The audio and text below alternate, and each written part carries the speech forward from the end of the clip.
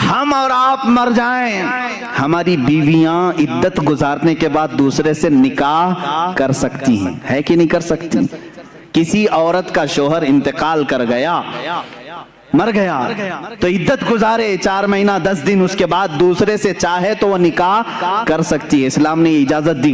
لیکن رسول پاک کی ازواج مطہرات کی یہ خصوصیت ہے کہ وہ زندگی بھر کبھی کسی دوسرے مرد سے نکاح نہیں کر سکتی۔ حضور کی وفات کے بعد بھی کئی ازواج مطہرات باحیات رہیں، اس میں حضرت عائشہ صدیقہ رضی اللہ تعالیٰ عنہ بھی رہیں، کافی سال تک رہیں حضرت عائشہ صدیقہ رضی اللہ تعالیٰ عنہ، لیکن کسی بھی زوجہ نے دوسری شادی نہیں کی، کیونکہ ان کے لیے حرام تھا، کوئی دوسرا ان سے نکاح نہیں کر سکتا تھا۔ کیوں نہیں کر سکتا تھا؟ وہ بھی تو عورتیں ہیں۔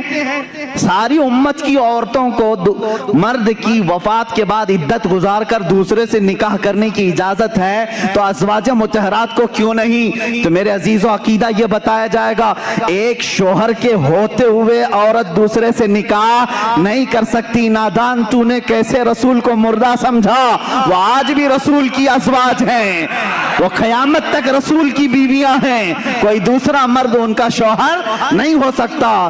تم اور ہم ہیں، موت کے بعد رشتے ختم ہو جائیں گے، وہ رسول ان کے زوج ہیں، شوہر ہیں قیامت تک، بلکہ جنت تک بھی وہ ازواج مطہرات کے شوہر ہیں۔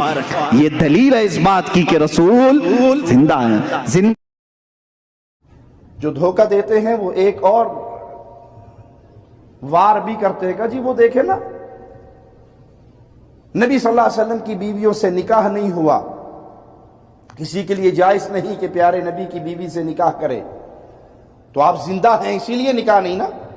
آپ کی وراثت تقسیم، وراثت کے بارے میں کہا کہ ہماری وراثت تقسیم نہیں ہوتی، آپ زندہ ہیں تو زندہ کی وراثت کیسے تقسیم ہوگی؟ آپ زندہ ہیں، آپ کی ازواج کے ساتھ کوئی اور نکاح کیسے کر سکے گا؟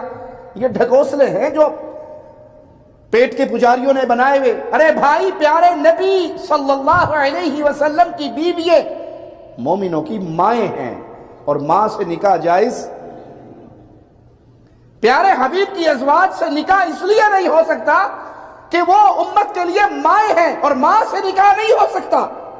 یہ معنی نہیں کہ آپ زندہ ہیں اس لیے آپ کی بیویوں کو نکاح ثانی کی اجازت نہیں، بلکہ وہ ہماری ماں ہے، اور ماں سے نکاح اسلام میں حرام ہے۔ آپ کا مال، آپ نے فرمایا، صدقہ ہے امت کے لیے۔ انبیاء کی وراثت تو علم ہوا کرتی ہے۔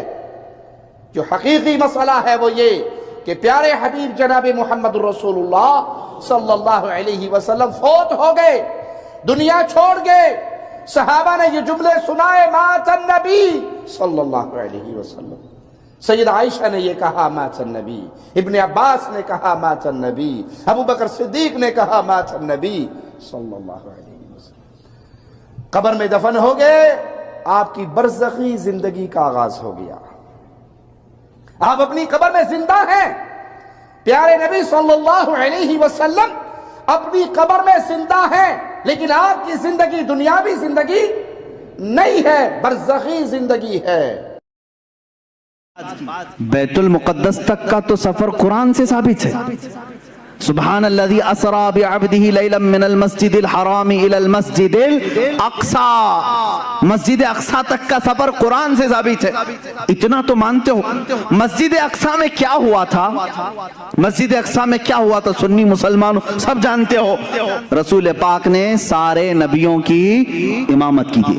کتنے نبی؟ آدم علیہ السلام سے لے کر عیسیٰ علیہ السلام تک جتنے نبی تھے ان سب کی حضور نے امامت کی تھی۔ مجھے یہ بتاؤ، یہ 1,24,000 کم و بیش جو نبی آئے تھے وہ کب کے نبی تھے؟ وہ کب کے نبی تھے؟ کیا رسول کے زمانے کے نبی تھے؟ وہ صحابی نہیں، ان کی وفات ہو کر کسی کی 4,000 سال، کسی کی 3,000 سال، کسی کی 2,000 سال، کسی کی 500 سال، سینکڑوں سال پہلے وفات پائے ہوئے سارے نبی مسجد اقصی میں حضور کی اقتداء میں جمع ہیں۔ وہاں ابراہیم و اسماعیل بھی ہیں، داؤد و سلیمان بھی ہیں، موسیٰ و عیسیٰ بھی ہیں علیہم الصلاۃ والتسلیم۔